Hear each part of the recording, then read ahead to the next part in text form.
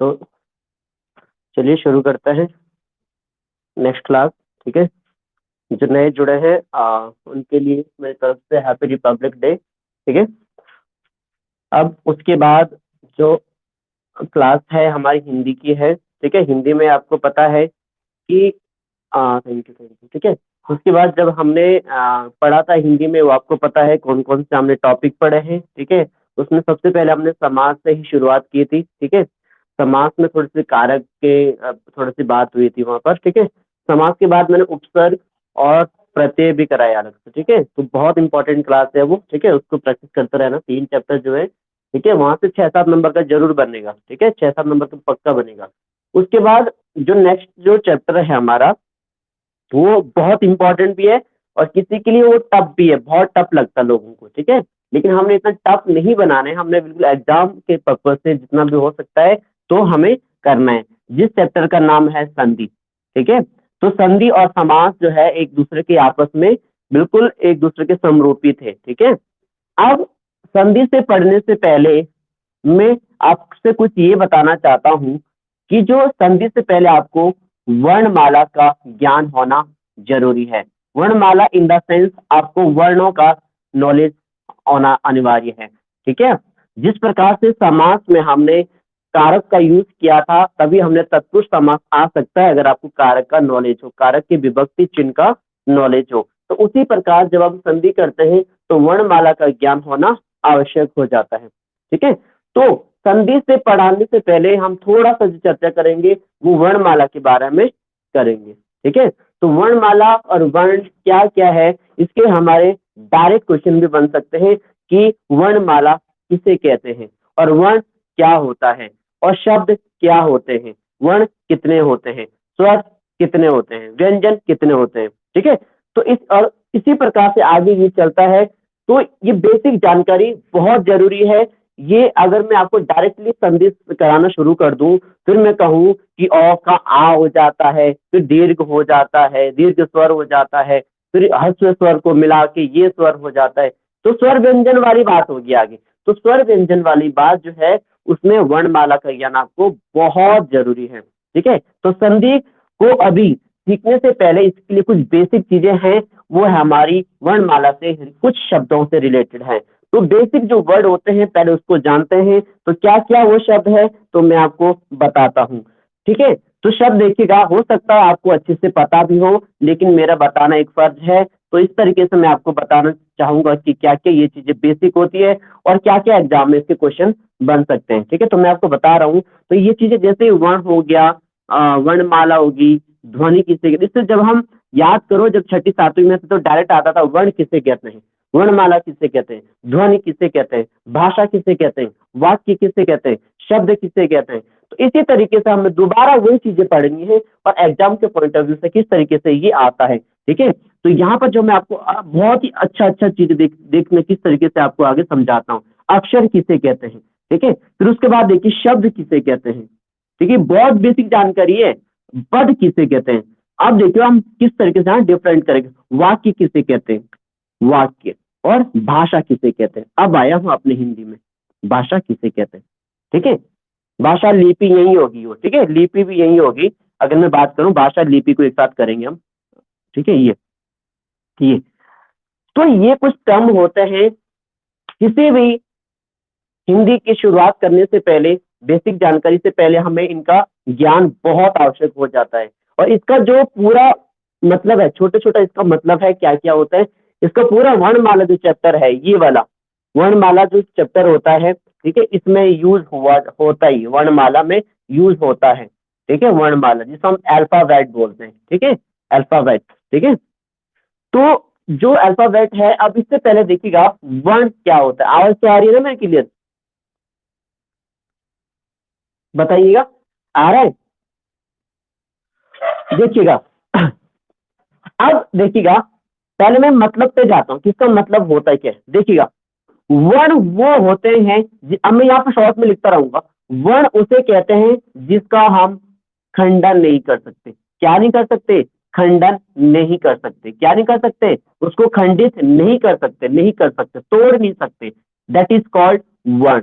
जैसे मैंने कहा इसको तो मैं तोड़ ही नहीं सकता, ठीक है, औ को तोड़ ही नहीं सकता, ठीक है। तो इस तरीके से आप मान सकते हैं जितने भी हम बात करते हैं ये सब क्या कहलाते हैं, वर्ण कहलाते हैं, ठीक है। अब उसके बाद अगर दूसरे इसका जो क्वेश्चन बनेगा किस तरीके से बनेगा, तो ये भाषा की सबसे छोटी लिखित इकाई है, क्या है, भाषा की सबसे छोटी लिखित इकाई है। देखिए मेरे शब्दों पे जाना, ये भाषा की जो सबसे छोटी लिखित इकाई कही जाती है, क्या कही जाती है, भाषा की, इसकी, देखिएगा हम कह रहे थे ना भाषा, और शुरुआत किससे करी, ये सबसे छोटा फिर ये बड़ा बड़ा, इस तरीके से ये सीक्वेंस है। तो ये भाषा की जो है सबसे छोटी इकाई है, सबसे छोटी। ये क्वेश्चन बहुत बार आता रहता है, हमारे हर एग्जाम में आता है, भाषा की सबसे छोटी ये क्या है, सबसे छोटी लिखित लिख लेना आप यहाँ पर, लिखित इकाई क्या है, लिखित इकाई है, ठीक है, इस पर बल देना आप, लिखित क्या है, इकाई है। अब मैं बात करूं, ये तो हो गया खंडन नहीं कर सकते, तोड़ नहीं सकते, ठीक है, ये भाषा की सबसे छोटी इकाई है, बस इतना सा ध्यान रखना, ठीक है। बाकी वर्ण कितने होते हैं ये जब वर्णमाला करेंगे हम तब उस पर चर्चा करेंगे, ठीक है।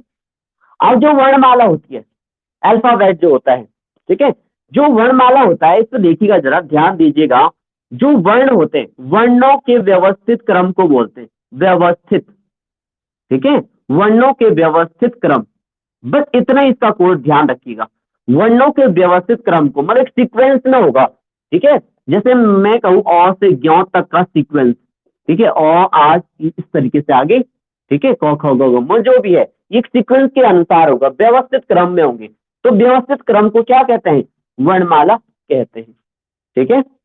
अब यहां देखिएगा, यहां पर जरा थोड़ा सा ध्यान दीजिएगा, वर्ण और ध्वनि एक जैसी होती है लगभग लगभग, ठीक है, आवाज से मतलब है ध्वनि से। तो देखिएगा जो ये साउंड होती है हमारी ध्वनि होती है, तो ध्यान रखिएगा ये इस पर बेस चलती है, देखिए ये भी भाषा की सबसे छोटी, देखिएगा ये भी भाषा की सबसे छोटी क्या है ये मौखिक इकाई है, क्या है, मौखिक का मतलब क्या होता है, जो बोलते हैं हम, ये मौखिक इकाई है, क्या है, मौखिक इकाई है। और ये कैसी इकाई थी, लिखित थी, है ना, और आ छुट्टी बड़ी जो भी लिखित है ये, और जो हम बोल रहे हैं जो साउंड निकल रही है हमारी वो क्या है, वो मौखिक रूप में, तो उसके हिसाब से सबसे छोटी इकाई क्या कहलाती है, ध्वनि, ठीक है। तो इस बेस पे हमने थोड़ा सा ये भी समझना है। अब देखिएगा यहाँ पर देखिए जरा, इस पर कंफ्यूज नहीं होना है, बहुत सारे लोग कहते हैं कि अक्षर पता नहीं, मतलब बहुत कंफ्यूज होते हैं अक्षर से और शब्द से और वर्ण से। तो पहले आप ही बता दीजिएगा अक्षर किसे कहते हैं, अक्षर की पहचान क्या है, बताइएगा, बताओ, वर्णों के मेल, चलो आपका आंसर मैं लिख देता हूं, वर्णों के मेल, और कोई, ठीक है, दो या दो से अधिक वर्ण मिलेंगे, ठीक है, और कोई, ठीक है, मैं समझ गया दो या दो अधिक वर्ण होंगे इसमें, और बताइएगा, बताइए, बोलो, और नहीं बताना चाह रहा कोई, और बताओ,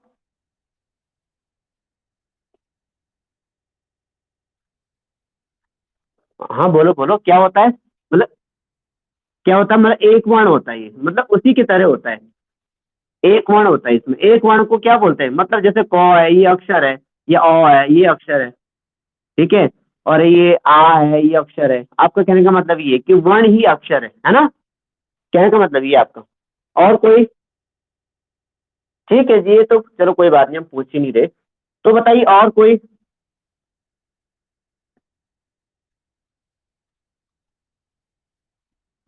अच्छा, और चलो कोई बात नहीं, देखो गलत हुआ या नहीं हुआ ये मायने नहीं रखता, आपने बोला ये मायने रखता है, और आपको एहसास हो गया कि कहीं ना कहीं गलत हो रहा है, क्या हो रहा है, तो धीरे धीरे ये चीजें ऐसी समझ में आती है। अगर चुप रहेंगे बोलेंगे नहीं तो वो क्या सही है क्या गलत है वो कुछ नहीं, उसकी वैल्यू कुछ नहीं है फिर, ठीक है, अगर आपको एहसास हो रहा है, क्या होता है, अच्छा, और कोई, तो मैं आपको एक छोटा सा एग्जांपल देता हूँ, ठीक है, ठीक है, स्वर हो गया, जरा, चलो ये तो लंबी कहानी होगी, आपका नाम क्या है बताइए जरा, अपना नाम बताओ, कोई भी बताओ, बोलो। ये छोटा सा एग्जांपल लेते हैं।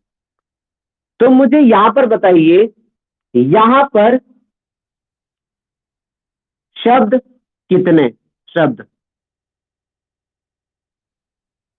बोलो, जल्दी जल्दी बोलो। और कोई बताना चाह रहा है कुछ?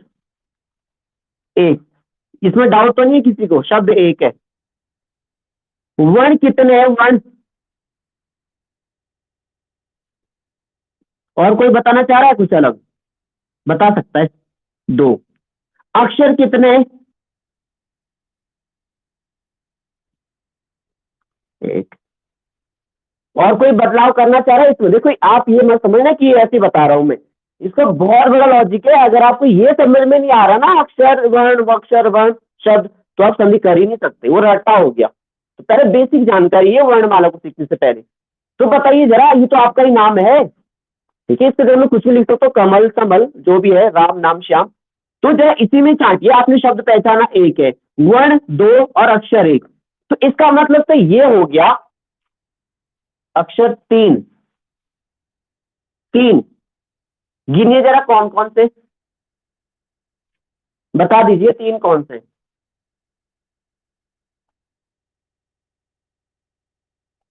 बताओ, गिनो, आपको गिनती करनी है, गिनती। और बताओ, कोई गिनती करो, वर्ण कितने यहाँ पर? अब मुझे नाम लेना पड़ेगा। बताइए ममता मैम।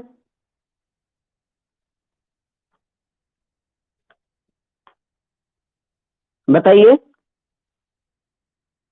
अक्षर एक है, और दो है, और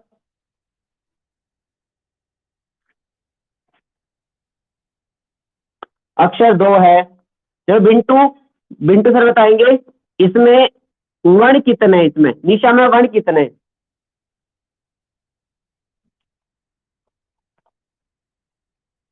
बताओ जल्दी बताओ।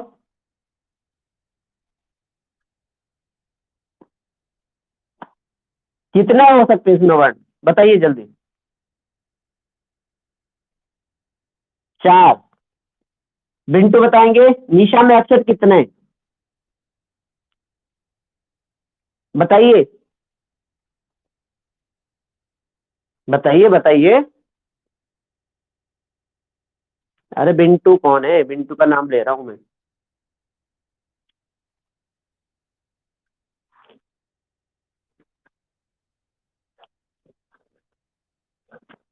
चलिए देखिए जरा, ठीक है। अब देखिएगा जरा, शब्द तो एक ही, इसमें तो किसी को डाउट नहीं है ना? दिख रहा है आपको? अब देखिएगा जरा, वर्ण कितने हैं? देखो जरा, आप लोगों ने पता नहीं क्या क्या तुक्के ऊपर नीचे करें। तो देखिएगा जरा, वर्ण कैसे होते हैं, देखिए निशा के वर्ण देखिए जरा, किस तरीके से मैं तोड़ता हूं। यहाँ पर ना चार वर्ण है, कितने वर्ण है? चार। कितने वर्ण है?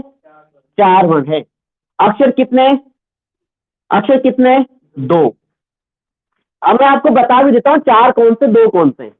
शब्द तो दिख गया निशा, वर्ण देखिएगा जरा क्या है। जो निशा में जो वर्ण है देखिएगा, नी, एक तो नौ है ना? है ना? अब मैं अलग अलग तोड़ रहा हूँ। एक तो नौ है, और ये आधा तोड़ के यहाँ से मैं स्वर निकाल रहा हूँ। नो से मैं स्वर निकाल रहा हूँ। नो का इन्होंने क्या बना रखा, नी बना रखा ना? कौन सा स्वर लगा रखा इन्होंने, कौन सी मात्रा लगाई है? छोटी लगाई है, ई लगाई है ना? प्लस, अब शो आ रहा है, तो एक तो आ गया शो, एक आ गया शो, और शो में उन्होंने कौन सी मात्रा लगा रखी, आ। तो इसको आधा कर दिया, और यहाँ पर आ लिख दिया। तो देखिएगा, वन टू थ्री फोर, तो इसको कहते हैं वर्ण। क्या कहते हैं? वर्ण। इसमें कुछ स्वर है, कुछ व्यंजन है ना? इसमें कुछ स्वर है, कुछ व्यंजन है। अब रही बात अक्षर की, तो एक नी है और एक शाह है, कहने का मतलब एक नौ है और एक शौ है। यहाँ पर देखिएगा, ठीक है। तो अक्षर, बाकी मीनिंग बता रहा हूं मैं आपको, अब अक्षर की बात हो रही है यहाँ पर, तो इस तरीके से आपको गिनना है। अब आप लोग गिन सकते हैं अपने अपने नाम पे, इस तरीके से तोड़ना है आपको। तो वर्णों को इस तरीके से तोड़ा जाता है, ठीक है, जो वर्ण होते हैं इस तरह से गिना जाता है। ठीक है, तब बनते ये वर्ण। अब नहीं तोड़ सकते इसको, अब नहीं तोड़ सकते, मैंने कहा नहीं वर्ण वो होता है जिसका खंडन नहीं कर सकते। अब तोड़ो जरा, अब जरा इसको तोड़ो, अब इसको तोड़ो, इसको तोड़ो, तोड़ो जरा, नहीं टूटते अब। ठीक है, तो अब ये सबसे छोटी इकाई भी थी। तो मैं यहाँ पर आपको सिखाना चाह रहा था कि जो यहाँ पर जो अक्षर होते हैं, आपने सही कहा कि इसमें 2-3 वर्ण हो सकते हैं, सही कहा। ठीक है, ऑब्वियसली बात है, इसमें जो निशा था इसमें 2-3-4 वर्ण थे, लेकिन इसकी क्या होती है, इसकी एक आवश्यक चीज बताना होगा जिसमें एक स्वर हो। क्या हो, एक स्वर आवश्यक होता है इसमें। ठीक है, जिसमें एक स्वर हो। ठीक है, जिस वर्ण में एक स्वर की प्रधानता हो, एक स्वर। ठीक है, एक स्वर होना अनिवार्य है, एक स्वर। ठीक है, आ रही बात समझ में, एक स्वर होना जरूरी है। तभी तो मैंने कहा जो निशा था, क्या था, निशा। अब ये नौ है, नो है ना, इसके साथ एक स्वर है ना, अब बनाइए एक अक्षर, अब बनाइए अक्षर। पहले क्या था, ये पहले वर्ण था, क्या था, वर्ण था। अब अक्षर कैसे बनेगा, जब मैं इसके साथ मात्रा लगाऊंगा, ये मैं नू भी लगा सकता हूँ, नी लगा सकता हूँ। अब बनाइए अक्षर, कब बना, जब मैंने एक स्वर का प्रयोग किया, जिसमें एक स्वर प्रयोग हो, क्या हो, एक स्वर प्रयोग हो। फिर मैंने शा करा, अभी ये अक्षर नहीं है, अभी क्या है ये, वो मतलब बोल सकते हैं अक्षर, लेकिन ध्यान रखिएगा, यहां पर देखिएगा जरा एक सेकंड। अब इसमें मान में मात्र लगा रहा हूं, क्या लगा रहा हूं, शा शी जो भी लगा रहा हूं, तो इसमें क्या होगा, मतलब किसकी प्रधानता होगी, मतलब इसमें अक्षर होगा वो।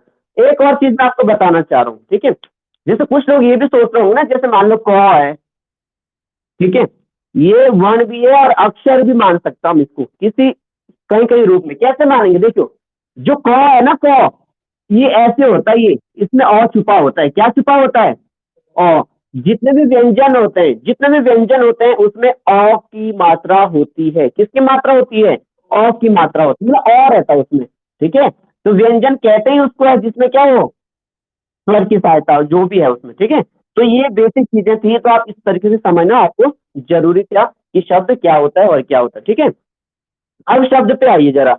शब्द तो आपको पता ही होगा, इसमें क्या होगा, बोलिए, इसमें दो या दो से अधिक वर्ण, दो या दो से, ठीक है, दो या दो से अधिक, क्या होगा, अधिक वर्णों के सार्थक, वर्णों के सार्थक मेल। ठीक है, वर्णों के सार्थक मेल, ये वर्णों से मिलेगा, किससे मिलेगा, वर्णों के सार्थक मीनिंगफुल होना चाहिए। जैसे मैंने कहा क, म, न, ये वर्ण है, ये वर्ण है, ये वर्ण है, तब क्या बना, शब्द कमल। अब बना ये एक शब्द, है ना। अगर मैं ये बोलता म प्लस क प्लस ल, मकल, ये मकल होता है कुछ, नहीं होता, तो वो सार्थक शब्द होना चाहिए, तब बनता है ये कमल। क्या बनता है, कमल। तो ये भी हमें देखना होता है, सीक्वेंस भी देखना होता है, मीनिंगफुल होना चाहिए। ठीक है, तो आप ये समझ सकते हो, दो या दो से अधिक वर्णों के सार्थक, सार्थक शब्द को, सार्थक शब्द को बोल सकते हैं। ठीक है, सार्थक शब्द या मेल जो भी है, सार्थक शब्द। ठीक है, तो इस तरीके से आप इसको समझ सकते हैं कि क्या क्या ये चीजें होती है। ठीक है, अब देखिएगा जरा, अगर मैं बात करूं, किसकी बात करूं, पद, ये क्या होता होगा पद, कोई बताओ पद होता क्या होगा, पद बोलो, है, जैसे ये है, मैं आपको यहाँ पर लिख रहा हूं राम, है ना, तो क्या मुझे बताएगा ये शब्द है या पद है, इतना सा सवाल है, क्या ये शब्द है या पद है, शब्द है, तो पद कब होगा ये, मतलब हम पद किसे बोलते हैं फिर, पद, बताइएगा।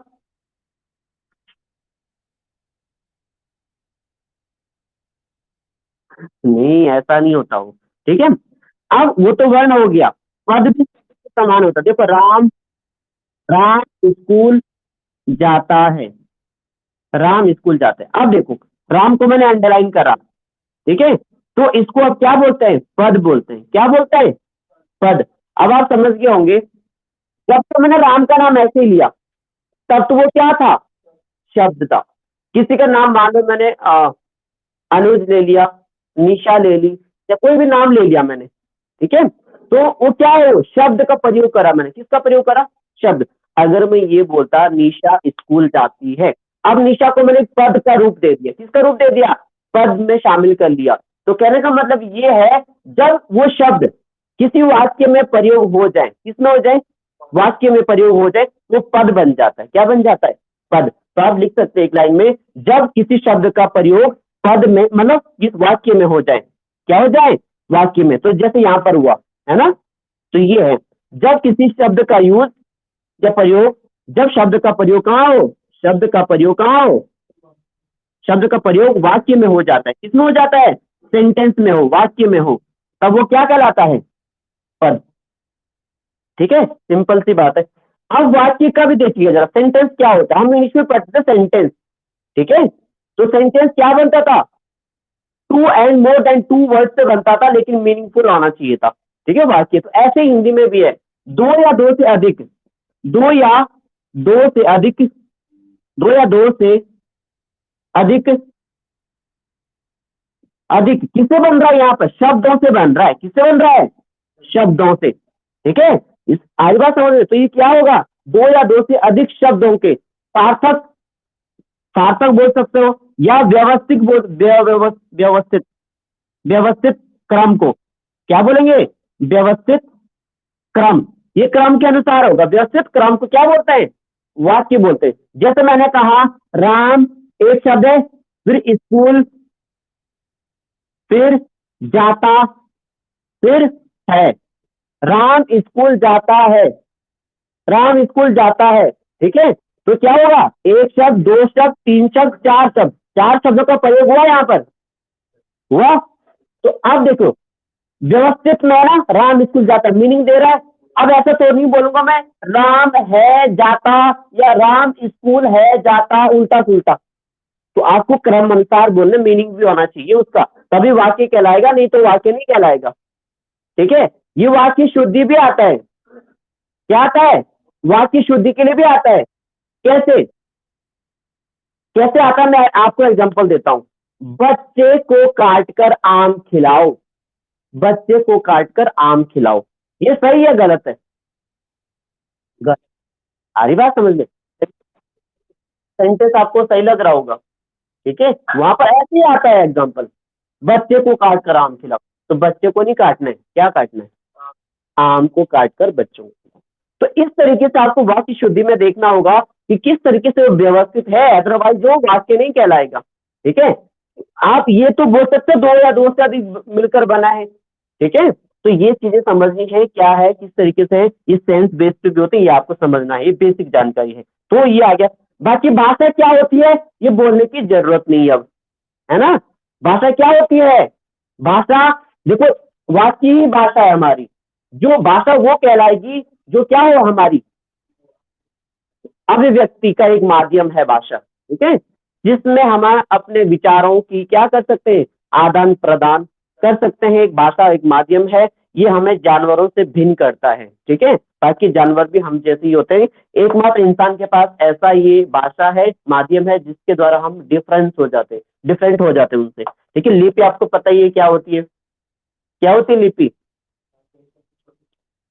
क्या होती है लिपि, बताइएगा कोई, क्या होती है लिपि, और कोई, और क्या बोल सकते हैं हम,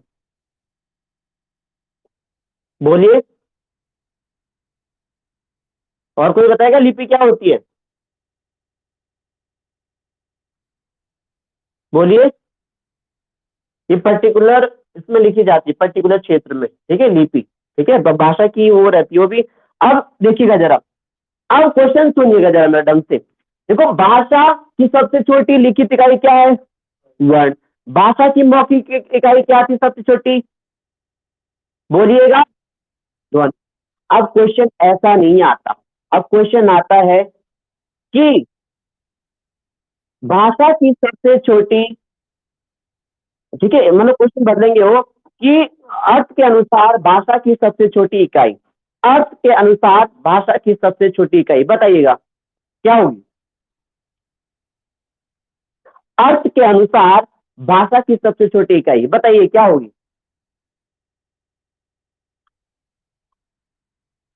लिखते हुए जाना क्वेश्चन, ये अर्थ के अनुसार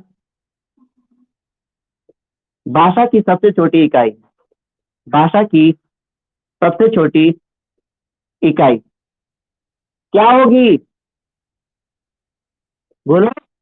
वन। और कोई बताएगा क्या होगी? सही है गलत है? ये गलत है, वेरी गुड, शब्द। ठीक है, तो ऐसे क्वेश्चन बनता। ठीक है, आ रही बात समझ में? जो वर्ण होता है उसका कोई मीनिंग नहीं होता, खंडन नहीं कर सकते, वर्णों का कोई मीनिंग नहीं होती। अ का क्या मीनिंग होता है? कुछ नहीं। ठीक है, मतलब ये मान सकते, अ का क्या मीनिंग होता है? कुछ नहीं। ठीक है, लेकिन जब ये शब्द बन जाता है तो एक मीनिंगफुल बनता है। वो क्या बनता है? मीनिंगफुल बनता है। जैसे मान लो निशा है, तो निशा का एक मीनिंग है तो मीनिंगफुल है। तो तब मैंने कहा भी था अर्थ के अनुसार जो अर्थ दें आपको उसकी सबसे छोटी इकाई क्या है? शब्द। अब इस प्रकार क्वेश्चन आता है, ये मैंने अभी ग्रुप सी उत्तराखंड में भी देखा था और यू टेट में भी देखा, मैंने सी टेट में भी देखा। ठीक है, तो रट्टा मार के लोग तुक्का तो लगेगा वर्ण में जाएंगे सीधा। ठीक है, लोग तुक्का नहीं मारते, लोग ये सोचते हैं कि मुझे आता 100% आता है। जैसे ही उसको ये दिख जाए ना, वो ये भी नहीं पढ़ता। अगर ये दिख जाए कि भाषा की छोटी इकाई पूछ रखी है, ये पूछ रखी, तो वहां पे जाएगा सीधा। वो कुछ देखेगा ही नहीं, खुश हो जाएगा, घर आएगा खुश हो जाएगा। ठीक है, फिर बोलेगा कि उन्होंने गलत आंसर दे रखा है। ठीक है, घर में पछताएगा फिर कि मुझे पता ही नहीं था या मैंने पढ़ा ही नहीं। तो इससे तुक्के वाली भी तो बात है, अब तुक्का नहीं मार रही है। अब आपको पता लग गया कि छोटी इकाई किस आधार पर कौन सी है, किस आधार पर कौन सी है, अर्थ के अनुसार है। ठीक है, अगर अर्थ मेंशन नहीं है तब वर्ण लगा सकते हैं आप। ठीक है, और ये तुक्के वाली इसमें अब बात नहीं लगानी है। ठीक है, तो ये चीजें बेसिक जानकारी थी हम। हाँ। हाँ। ठीक है, तो ये चीज अब समझ के लगाना है, इसे बोलते हैं समझ। ठीक है, समझ। हाँ, समझ। तुक्के नहीं होती है, समझ होती है, अंडरस्टैंडिंग पावर जो होती है बढ़ जाती है हमारी। अब जो मैंने ये चीजें बेसिक कही है, हो सकता है यहाँ से भी एक दो क्वेश्चन बन जाए। ठीक है, जो हमने अभी तक चर्चा करी है। अब थोड़ा सा मैं वर्णमाला पे आता हूँ। ठीक है, वर्णमाला से, अब वर्णमाला से भी एक आध क्वेश्चन हो सकता है बना दें वो। ठीक है, वर्णमाला, तो देखिएगा वर्णमाला क्या थी, हमने पढ़ा था अभी, क्या होती है वर्णमाला? अब फास्ट देना आंसर, बताइएगा फटाफट बस। ठीक है, सिंपल सी बात है, वर्णों का व्यवस्थित क्रम था। ठीक है, वर्णों के व्यवस्थित क्रम, ये आपके काम आएगा चाहे कोई सा भी एग्जाम दो आप। ये उसके बाद जब हम बात करते हैं वर्णमाला में या वर्ण की जब बात करते हैं, ठीक है, वर्ण, अब हम यहाँ से पकड़ेंगे ना ये वर्ण। जब वर्ण की बात करते हैं, वर्ण के बारे में हमने अभी बताया था, जिसका खंडन नहीं कर सकते, ये शब्द की मतलब भाषा की सबसे छोटी इकाई है। ठीक है, तो इसको अगर मैं बात करूं तो इसके जो भेद होते हैं, वर्णों के भेद, अगर क्वेश्चन आ गया वर्णों के भेद, है ना, तो कितने होते हैं बताइएगा? ये होते हैं दो, स्वर और व्यंजन। ये है पॉइंट। अब ठीक है, कितने होते हैं भेद? दो होते हैं, एक होता है स्वर और एक होता है व्यंजन। ठीक है, अब इससे भी काफी विवाद आपको देखने को मिलेगा। ये अब बताने की जरूरत नहीं है स्वर किसे कहते हैं, वो किसे कहते हैं। ठीक है, तो जो स्वतंत्र रूप से बोले जाते हैं, ठीक है, उसको क्या बोले जाता है? स्वर बोला जाता है। और जिसमें सहायता लेनी पड़ती है उसको क्या बोलते हैं? उसको व्यंजन बोलते हैं। तो अगर क्वेश्चन आता है कि स्वर कितने हैं, तो 11 है। कितने हैं? 11 है। अगर ये आता है कुल स्वर कितने हैं, कुल, तो कितने लगाओगे आंसर? तो 13 लगाने। कितने लगाओगे? 13। अब यहाँ पर आइएगा, व्यंजन की संख्या आप अलग अलग बुकों में अलग अलग दिखेगी, लेकिन मेरे अनुसार इतनी है। कितनी? 33। कितनी? 33। ठीक है, मेरे अनुसार। ठीक है, बाकी आप भी देख लीजिएगा, बुक पढ़ते होंगे कहीं, पता नहीं क्या क्या दिया रहता है यहाँ पर व्यंजन। ठीक है, इस तरीके से। अब ये चीजें तो होगी, हमने बात भी, हाँ बताऊंगा मैं अभी। ठीक है, इस पर मैं चर्चा करूंगा, दो कौन से हैं वो अलग से। ठीक है, अब देखिएगा स्वर के बारे में पता लग गया आपको। ठीक है, अब देखिएगा, अब हम पहले स्वर को उठाते हैं जरा, स्वर, ठीक है, स्वर के बारे में देखते हैं जरा।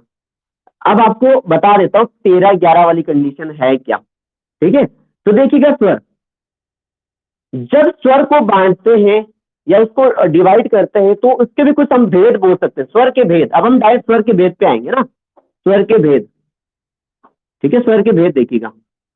जैसे हमने वर्णों के पढ़े थे, तो स्वर के भेद कितने हैं कोई बताएगा, कितने होते हैं? दो। देखिएगा कैसे, अगर मैं मानो एक उच्चारण की दृष्टि से, किसकी दृष्टि से, साथ साथ नोट भी करते हैं ना, उच्चारण की दृष्टि से, ठीक है, उच्चारण की दृष्टि से। दूसरा होता है उसकी रचना या बनावट के अनुसार, रचना या बनावट, ठीक है, रचना या बनावट के अनुसार, ठीक है। क्वेश्चन आता है उच्चारण की दृष्टि से कितने, तो ऐसे तो खैर दो ही है मैन, लेकिन कहीं कहीं आपको तीन भी मिलेंगे। कितने होते हैं उच्चारण की दृष्टि से स्वर, ये कह रहा है दो प्रकार होते हैं, तो हल्का सा दो मान के चलो आप, इसको मत मानिए अभी, ठीक है। और जो बनावट की दृष्टि से होते हैं वो तीन प्रकार के होते हैं। आ रही बात समझ में? तो जो मैं उच्चारण की दृष्टि से ले रहा हूं, पहले क्या ले रहा हूं, उच्चारण की दृष्टि से, अभी केवल स्वर की बात हो रही है।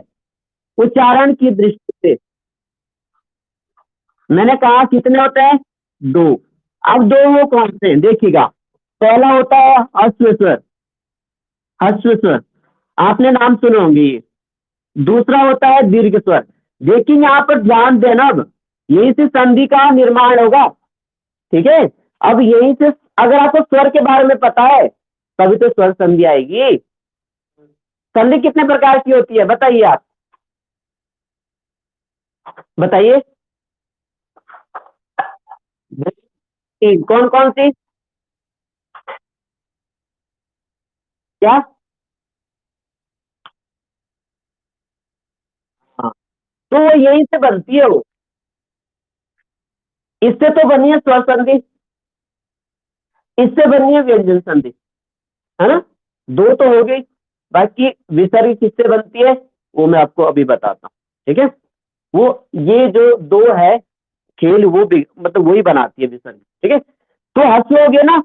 अब ये भी समझाने की बात नहीं है कि हस्व स्वर क्या होता है, देखो हस्व लिख सकते हो आप वहां पर समझने के लिए। हस्व स्वर होता है जिसमें कम समय लगता है, क्या लगता है, कम समय लगता है बोलने में, क्या लगता है, कम समय। और इसमें कैसा समय लगता है दीर्घ में, बोलिएगा, इसमें कम समय लगता है और इसमें क्या लगता है, अधिक समय लगता है। आ रही बात समझ में, इसका मतलब ये इसका डबल है। आ रही बात समझ में, ये इसका क्या होता है, डबल है। दीर्घ स्वर वो होता है जब ह्रस्व स्वर से दो गुना समय लगता है, ठीक है। तो ये दो प्रकार के, ये उच्चारण की दृष्टि से तब मैन दो प्रकार के थे। अगर ये भी संख्या पूछते हैं कि ह्रस्व स्वर कितने कितने हैं, चार। दीर्घ स्वर कितने हैं, सात, है ना। ह्रस्व स्वर कितने हैं, चार, और दीर्घ स्वर कितने हैं, सात। तो टोटल कितने बने, देखो 11। तब मैंने कहा था कि स्वर कितने हैं, 11। कहा था ना मैंने स्वर कितने हैं, 11। अब जरा इसकी बात करते हैं रचना की दृष्टि से। जब रचना की दृष्टि से होता है, एक और चीज मैं आपको यही बता देता हूं, मैं यहाँ तीन क्यों बोल रहा था, वो देखिएगा, मैं तीन क्या क्यों बोल रहा था, क्योंकि तीसरा जो माना जाता है वो प्लुस स्वर होता है। आपने सुना होगा प्लुस स्वर, सुना नाम प्लुस स्वर, नाम सुना प्लुस स्वर। प्लुस स्वर होता है संस्कृत में, किसमें होता है, संस्कृत में होता है ये, इसलिए मैंने यहाँ नहीं बताया। प्लुस स्वर वो स्वर होता है जब दीर्घ स्वर से भी दो गुना समय लगता है, ठीक है। जब दीर्घ स्वर से भी दो गुना, जैसे एग्जांपल देता हूं, जैसे हर्ष स्वर का देता हूं मैं एक एग्जांपल, अ, ये हर्ष स्वर कम समय लगता है ना अ बोलने में, आवाज आ रही है, बोलो, जल्दी बोलो।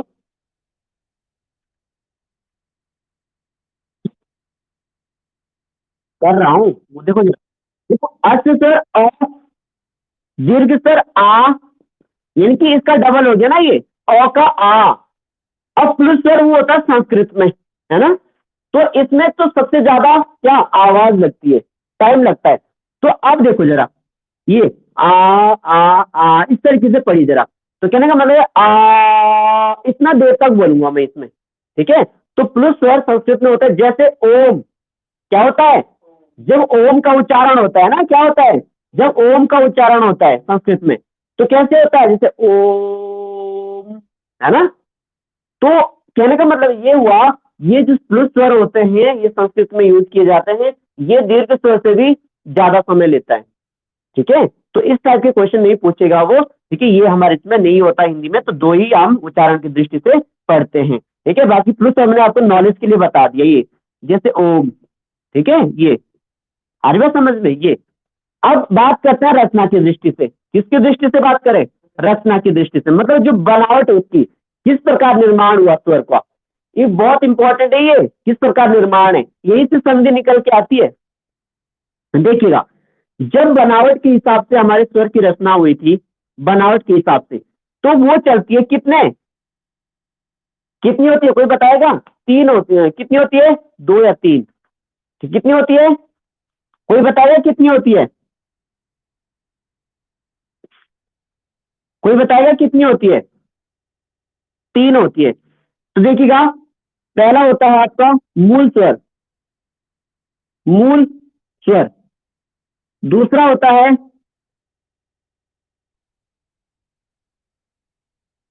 संधि स्वर, कौन सा होता है, सॉरी दीर्घ, एक सेकंड मैंने यहाँ पे क्या करवाया, दीर्घ संधि, हाँ, मूल स्वर दीर्घ स्वर तीसरा था इसमें, एक सेकंड, मूल, हाँ, संधि भी बोलते हैं इसको, क्या बोलते हैं, संधि स्वर भी बोलते हैं इसको, क्या बोलते हैं, संधि स्वर, या यहाँ पर क्या बोल सकते हैं, दीर्घ, क्या बोलो, दीर्घ स्वर, ठीक है। तीसरा भी होता है एक इसमें, वो होता है संयुक्त स्वर, क्या होता है, संयुक्त स्वर, संयुक्त स्वर, क्या होता है, संयुक्त। क्वेश्चन आता कभी कभार कि मूल स्वर कितने, क्वेश्चन आता मूल स्वर कितने, या दीर्घ स्वर कितने हैं, या संयुक्त स्वर कितने।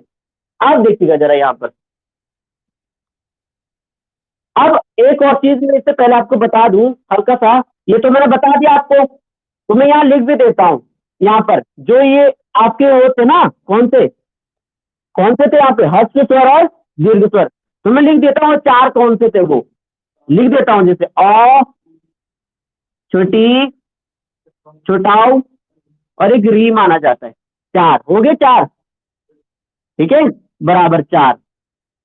अब सात बच्चे हैं इसके अलावा, जैसे आ, बड़ी, बढ़ाऊ, अब कौन सा होगा, बोलिएगा कौन सा होगा, ए, जो बचे, आई, ओ, और आउ, ये है, कितने हो गए, सात, एक दो तीन चार पांच छह सात, ये कितने हो गए, सात, ठीक है। तो ये कौन से आते हैं इसमें, मतलब दीर्घ माने जाते हैं, ठीक है, आ रही बात समझ में।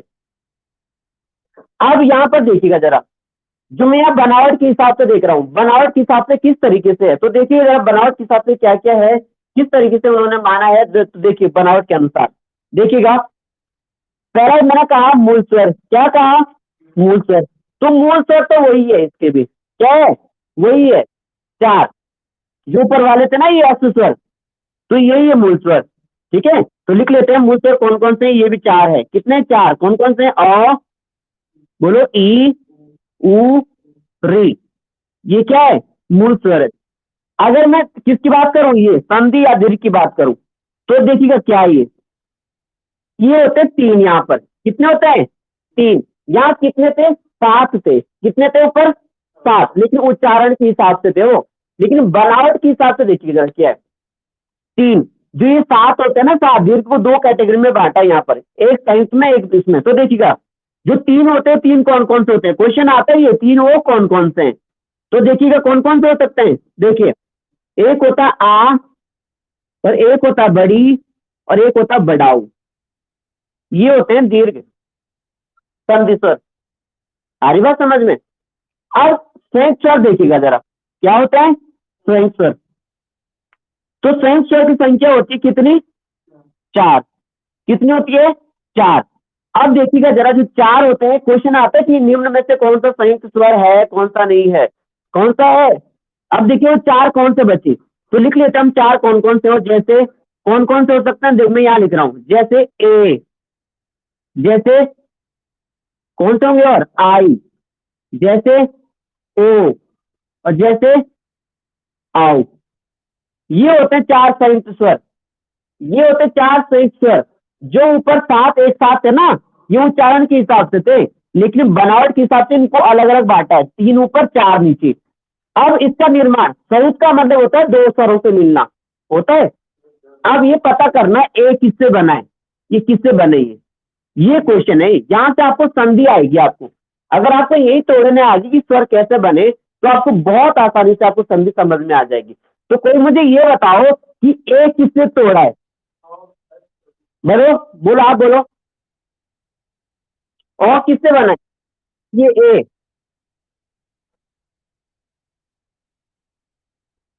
ठीक है, तो जब अ है या आ है, जब इसके बाद क्या आता है, ये आता हो, ई छोटी आता हो, ये ऊपर वाली ये। ठीक है, तो इससे बनता है ए।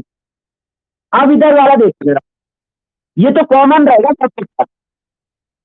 जब अ या आ के क्या हो, बोलो, जब क्या हो, बोलो, बड़ी हो, क्या हो, बड़ी हो, तब क्या आता है, आई आता है। ठीक है, ओ देखो जरा, जब क्या हो, ओ या आ के बाद क्या हो, छोटा ऊ हो, क्या हो, छोटा ऊ, तब होता है ये ओ। अब यहाँ पे सेम है, जब ओ या आ के बाद क्या हो, बड़ा ऊ हो, तब होता है ये आओ।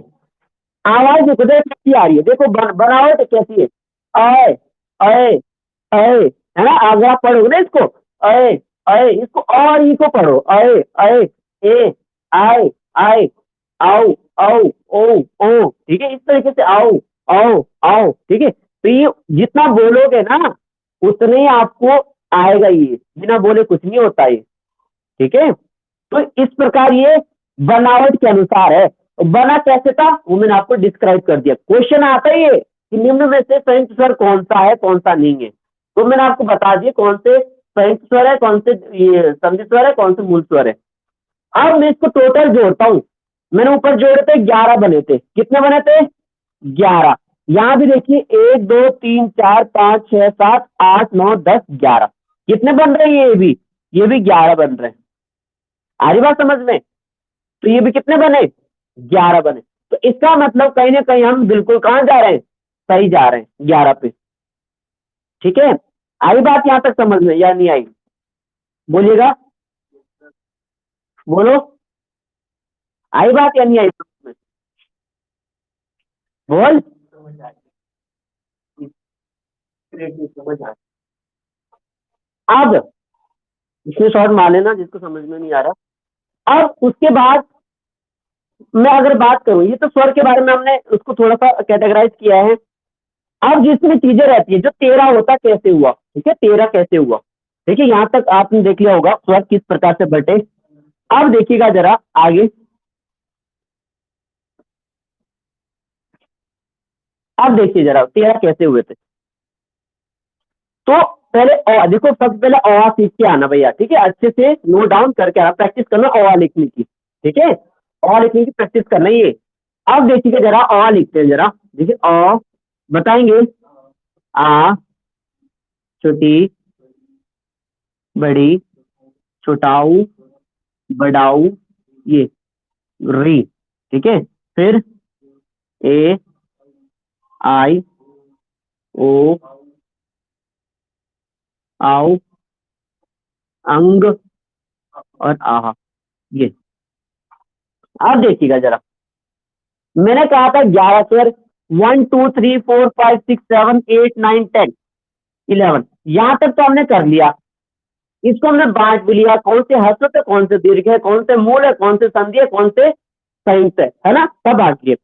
लेकिन मैंने कहा कुल आएंगे तो 13 लिखने हैं। तो ध्यान रखिएगा, इनको भी ऐड कर लेना स्वर में, अगर अगर वहां पर क्या आएगा, कुल आएगा, नहीं तो उसको मत करिएगा।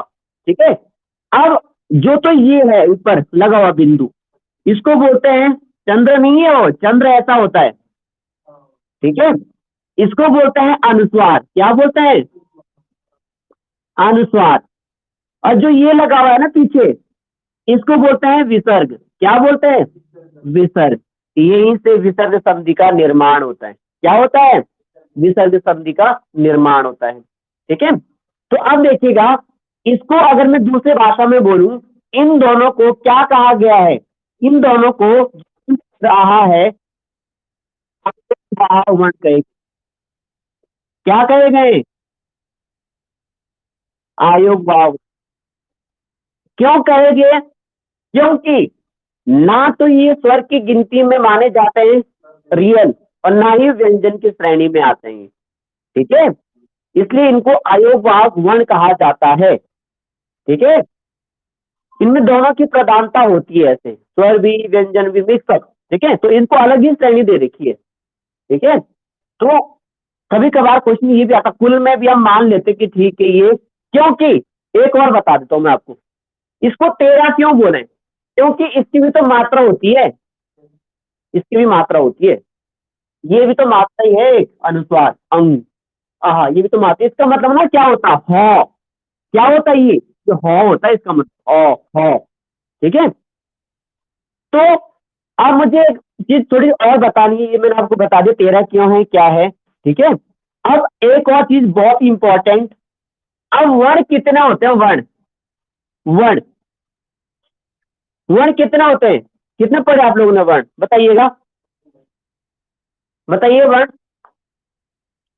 बोलिएगा वर्ण कितने होते हैं? और कोई?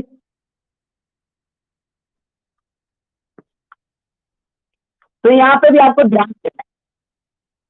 क्या ध्यान देना है? देखिएगा जरा। तो अगर से आते हैं यहाँ भी कुल वर्ण, क्या आते हैं? कुल वर्ण तो है कितने? 52। कितने? 52। अगर इतना सा आता है वर्ण लिखित रूप में जो भी है, कितने तो कितने? 49। ठीक है, इस तरीके से क्वेश्चन बनता है। अब वो तीन कौन से हैं, ये आपको खुद पता लग जाएगा कि वो तीन उन्होंने कौन से ऐड किए, जब आप स्वर और व्यंजन को आपस में तोड़ोगे और जोड़ोगे। जब हम व्यंजन को पढ़ लेंगे तो पता लग जाएगा वो 52 किस स्थिति में है और 49 किस स्थिति में। बहुत सारी बुकों में आपको ये सब चीजें दिखाई देगी, 45 में ये है, वो है, इतना है, ठीक है। उच्चारण की दृष्टि से अलग अलग जोड़ रहा हूँ, ठीक है। वो आपको जाने की ज्यादा आवश्यकता नहीं है, कंफ्यूज मत होना उससे। तो अब अगली बात जो मैं कहना चाह रहा हूं वो ये है, जो कि बहुत यूजफुल है आपके लिए और हम सबके लिए, वो ये है, क्या मुझे कोई ये बताएगा, ये किसी ने सुना है 12 खड़ी? सुना है किसी ने 12 खड़ी? 12 खड़ी सुनी किसी ने? 12 खड़ी, मैं सुनने की बात कर रहा हूँ केवल। 12 खड़ी सुना है आपने? और कोई? क्या आपने ये सुना है कारांत? सुना है कारांत? सुना है? और 12 खड़ी सुनिए, बोलिए, बोलो। क्या? अच्छा, नहीं सुना 12 खड़ी, कारांत भी नहीं सुना।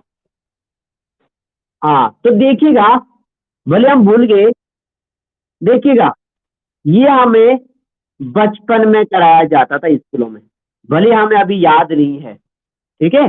जब मैं करा लूंगा तब आपको याद आ जाए कि हाँ हमने पढ़ा था, ठीक है। देखिएगा जरा ये होता क्या है, देखिएगा। अब बचपन में चले जाते हैं जरा। अब इसका यूज हमें उस समय तो इतना नहीं पता था, लेकिन अब जब देखते तो एहसास होता है कि पढ़ाई क्या चीजें होती है, ठीक है। अब देखिएगा, ये 12 खड़ी कही जाती है। खड़ी कितनी है? 12 ही मानी क्यों गई है? 12 ही खड़ी क्यों मानी गई है? 13 क्यों नहीं है? 14 क्यों नहीं है? 10 क्यों नहीं है? 5 क्यों नहीं है? तो 12 खड़ी क्यों मानी गई? तो देखिएगा, स्वर कितने बोले मैंने कुल? कितने बोले? बोलिएगा। 13। तो 13 तो मैंने अभी लिखा था ना, उन सब की क्या होती है, मात्राएं होती है। क्या होती है, मात्राएं होती है ना, बोलिएगा, मात्रा होती है ना। तो पहले तो मात्राएं देखते हैं, ये मात्राएं। तो अ की क्या होती है, देखिएगा, जैसे मान लो आ, छोटी, बड़ी, छोटाऊ, ये बड़ाऊ, री, ए, यही लिख देता हूँ, ए, आई, ओ, आउ, अंग, आ। अब यहाँ देखिए मात्रा के हिसाब से, देखिए मात्रा के हिसाब से, मात्रा के हिसाब से इसकी मात्रा क्या होती है, ऐसे और की कोई मात्रा नहीं होती है ऐसे, खैर ठीक है। तो मुझे बताइए इसकी मात्रा क्या होगी, बोलिए।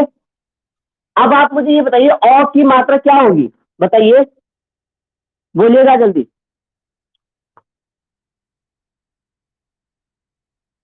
नहीं होती, और बताओ कोई, और बताओ कोई, बोलो।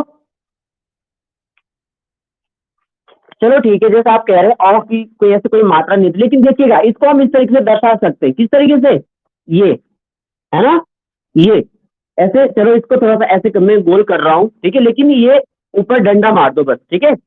आ की क्या हो गई है, ये क्या हो गई है, ये है ना, ये हो गई ना, ऊपर तो लगेगा ही लगेगा ना, ये है ना। क्या कोई बताएगा इसको बोलते क्या है, इसको नाम क्या है, ये शिरोरेखा होती है, क्या होती है, शिरोरेखा, क्या होती है, शिरोरेखा। और जो मैं नीचे को लगाई वो क्या होता है, ये लिखते रहना साथ है, इसे बोलते हैं पाई, पाई रेखा, उनकी होती है पाई। तो ये ऐसे लगाया मैंने, ये शिरोरेखा जो नीचे लगाया, ये क्या लगाया मैंने, पाई लगाया, ठीक है। तो आ में क्या आता है, एक आता शिरोरेखा और एक आता पाई, ठीक है। लेकिन यहां मत लगा देना, यहां, यहां नहीं आता पाई, ठीक है। अब देखिएगा ई में, देखिएगा जरा, ई में जो होती है, ई में कौन सी मात्रा होगी, देखिएगा जरा, बोलिएगा, ये है ना। और इसमें बड़ी में ये, और छोटाऊ में देखिए जरा कौन सी होगी, छोटाऊ में ये, और बड़ाऊ में ये, री में ये, है ना, और ए में एक मात्र, है ना, और आई में दो मात्र, ये इस तरीके से होगी, ऐसे होगा, ठीक है। आ रही बात समझ में। अब उसके बाद देखिएगा जरा, ओ में क्या होगा, देखो ये, है ना, आई बात समझ में, ये यहाँ पे क्या आएगा, पाई भी आएगा और शिरोरेखा भी आएगी, यहाँ नहीं आएगा पाई, यहाँ केवल शिरोरेखा थी, ठीक है, ये होगा। और आओ की, इसको मिटा के ये क्या हो जाएगा, ये डबल ओ, क्या हो जाएगा, डबल ओ। अब यहाँ देखिए जरा, क्या अंक क्या होगा, बताइए, अंक का ये शिरोरेखा और अनुस्वार, और इसका क्या हो जाएगा, इसको शिरोरेखा, पाई, विसर्ग, ये। अब गिनते जरा कितनी है मात्राएं, एक दो, टोटल तो 13 हो गई ना, कितनी हो गई, बोलिएगा, कितनी हो गई, बताइएगा जल्दी, बताइए कितनी हो रखी है, बताओ कितनी होगी ये मात्राएं, बताओ कितनी हो गई, ठीक है।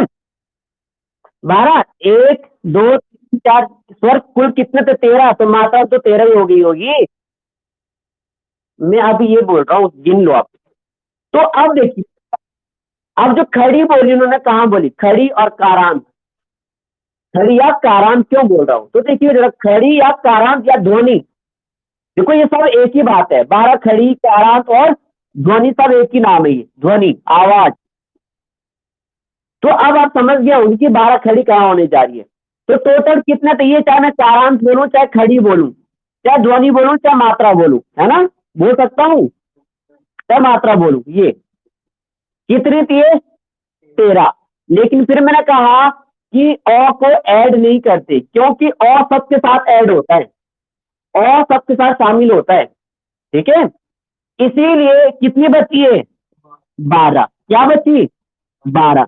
जब 12 बची तो देखिए जरा क्या होता है, देखिएगा 12 बची मात्रा है।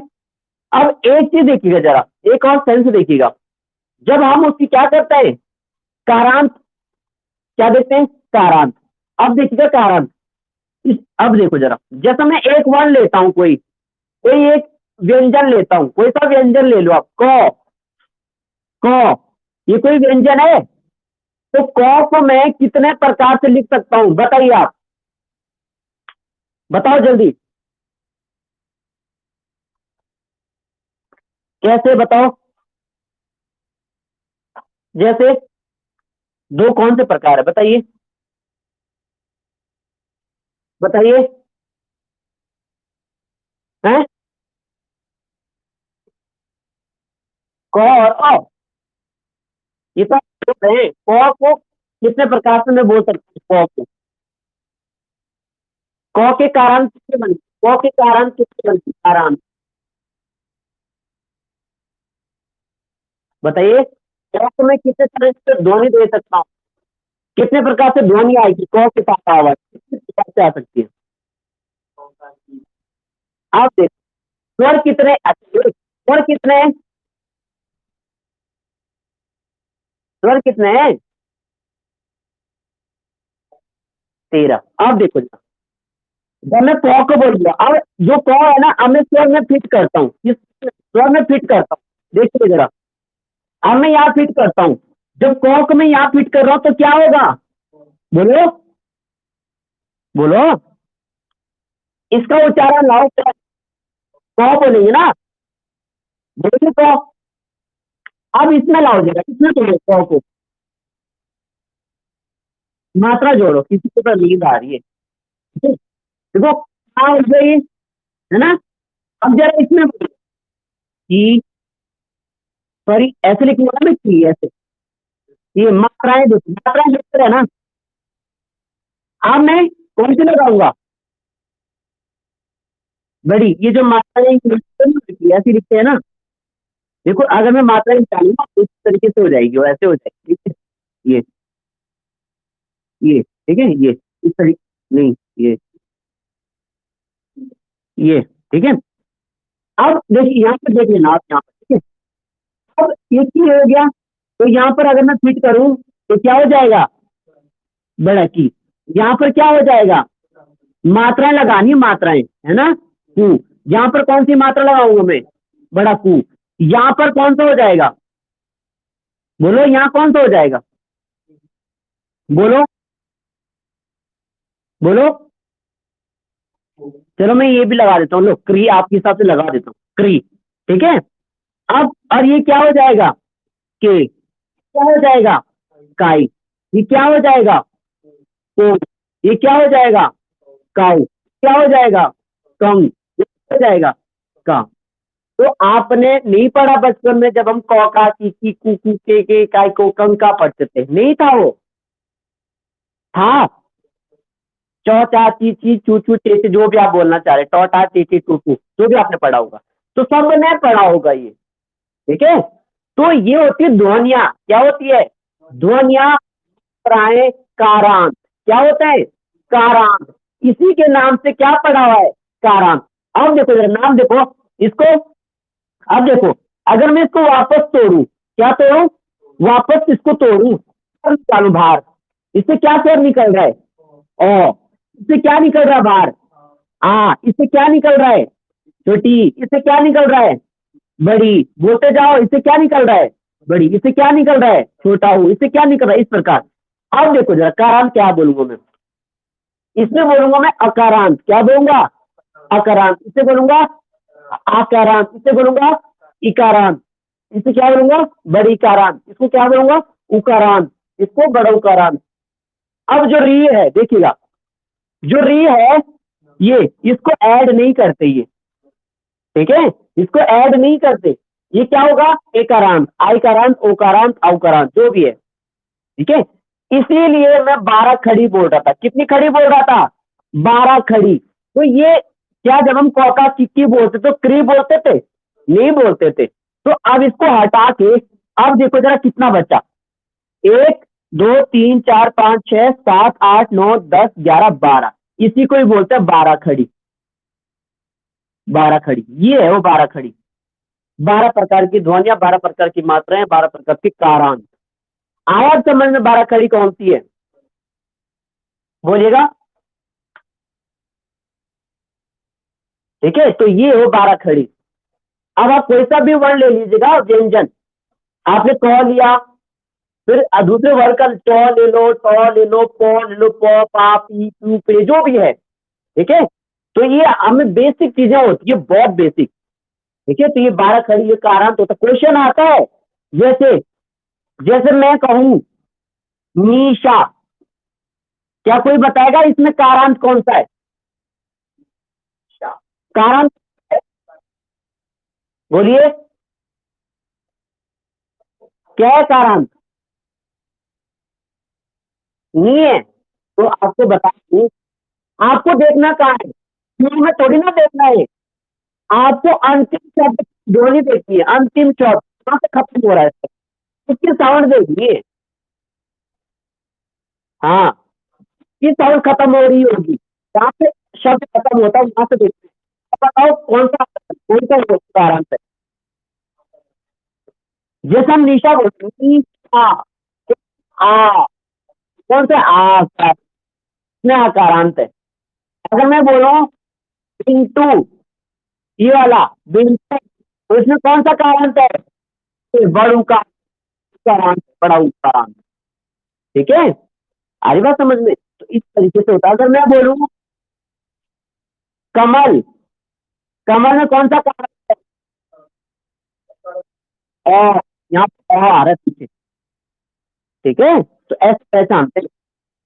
तो ये चीजें बेसिक चीजें थी। ठीक है, तो फिर जब क्लास होगी इसको हम फटाफट जानेंगे। तो ये चीज मैं बेसिक बता दी, कहीं मैं और व्यंजन के बारे में बताऊंगा। कौन से व्यंजन होते हैं, कौन से साइंस से व्यंजन होते हैं, कौन से घोष होता है, कौन सा घोष होता है, क्या अल्पान होता है, क्या अल्पान होता है, ये जानकारी बहुत जरूरी थी। ठीक है, तब आएंगे हम संधि।